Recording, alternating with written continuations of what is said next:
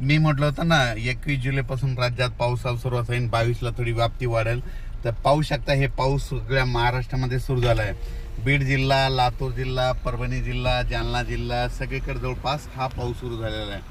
आणि राज्याला आणखी शेतकऱ्याला सांगू इच्छितो की राज्यामध्ये 21, 22, 23, 24, 25, 26 तारखेपर्यंत दररोज वेगवेगळ्या भागात चांगला जोराचा पाऊस पडणार आहे. कोणाचं पीक जाणार नाही म्हणून ह्या अंदाज लक्षात येतात. आणि हे पाऊस शकता आमच्या ह्या परभणी जिल्ह्यामधला हे पाऊस लाईव्ह आहे आणि लाईव्ह दाखवत आहे आणि ह्या ठिकाणी तुम्हाला अंदाज देत आहे. तर राज्यात सांगायचं झालं तर धाराशिव जिल्ह्यामध्ये पाऊस कमी होता, तर काल धाराशिवकडे गेलो होतो तर तिथल्या शेतकऱ्याला तिथं आनंदाची बातमी दिली, तुमच्या धाराशिवला देखील पाऊस येणार आहे. त्याच्यानंतर बीड जिल्ह्यात देखील गेलो होतो कडाष्टीकडं, तिकडं देखील सांगितलं की बीड जिल्ह्यामध्ये देखील पाऊस येणार आहे. तर बीड जिल्ह्यामध्ये रात्रभर पाऊस चालू आहे. त्याच्यानंतर जालना जिल्ह्यामध्ये रात्रभर पाऊस चालू आहे. परभणी जिल्ह्यामध्ये रात्रभर पाऊस सुरू आहे. नांदेड जिल्ह्यामध्ये रात्रभर पाऊस सुरू आहे, 12 तास झाले सारखा पाऊस चालू आहे. हिंगोलीकडे देखील पाऊस चालू आहे. त्याच्यानंतर यवतमाळ म्हणजे बुलढाण्याकडे देखील पाऊस, जालन्यात देखील पाऊस चालू आहे. आणि हे आमच्या बघा परभणी जिल्ह्यामध्ये इतका पाऊस चालू आहे, जालन्याकडे चालू आहे तर पूर आला आहे नदीला. तर हे तुम्हाला लाईव्ह दाखवत आहे. म्हणजे मी म्हटलं होतं ना 21ला पाऊस सुरुवात होईल, 22ला त्याची व्याप्ती वाढेल. तर रात्री मध्यरात्री खूप पाऊस पडला आणि हे पाहू शकता आता या ठिकाणाहून. राज्यात परत सांगतो की राज्यामध्ये 21 जुलै, 22, 23, 24, 25, 26, 27 तारखेपर्यंत राज्यात जोराचा पाऊस पडणार आहे. आणि हे बघा ही आमची इथली कसुरा नदी आणि लेंडी नदी. तर या ठिकाणी बघा हे पुलाव पाणी आलेलं आहे आणि आता म्हणजे अर्ध्या तासातच जवळपास ह्या पुलावून पाणी जाणार आहे म्हणून हे लक्षात येतं. बघा आत्ता ते पाणी वरी येत आहे, म्हणजे अर्ध्या तासातच पाणी वरी येणार आहे पुलाच्या, म्हणून हे लक्षात येतं.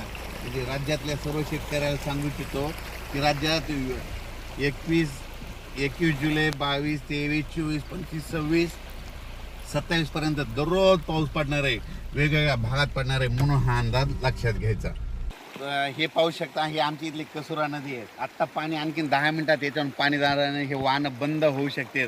म्हणून पाहू शकता की इतका पाऊस पडला आहे. म्हणजे मी म्हटलं होतं ना शेतकऱ्याला, बीड जिल्ह्यातल्या शेतकऱ्याला घाबरू नका, परभणी जिल्ह्यातल्या घाबरू नका, राज्यामध्ये पाऊस येणार आहे, कोणाला काही घाबरायची गरज नाही. पाहू शकता हे पाणी आलेलं आहे.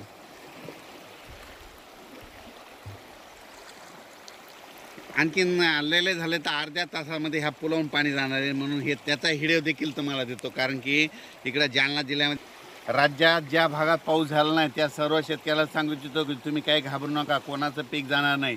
तुम्हाला एक सांगू इच्छितो ज्या भागात झालं नाही त्यांच्या भागामध्ये आज 22 तारखेला, उद्या 23, 24, 25, 26, 27 तारखेपर्यंत धुळे जिल्हा, नंदुरबार जिल्हा, जळगाव जिल्हा, नाशिक जिल्हा, लासूर, त्याच्यानंतर शिर्डी, कोपरगाव, त्याच्यानंतर इकडं संगमनेर तालुका, त्याच्यानंतर इकडं राहुरी तालुक्यामध्ये, त्याच्यानंतर इकडं 2 तालुक्यात, म्हणजे ज्या भागात पाऊस पडलेला नाही तिकडं देखील पाऊस पडणार आहे. विदर्भात देखील तुम्हाला सांगतो 6, 5, 11 जिल्ह्यामध्ये 27 तारखेपर्यंत चांगला पाऊस पडणार आहे म्हणून काही चिंता करायची गरज नाही. म्हणजे ह्या 7 दिवसामध्ये 26 तारखेपर्यंत सगळीकडं पाऊस पडून जाईल आणि सगळ्यांना जीवदान भेटणार आहे.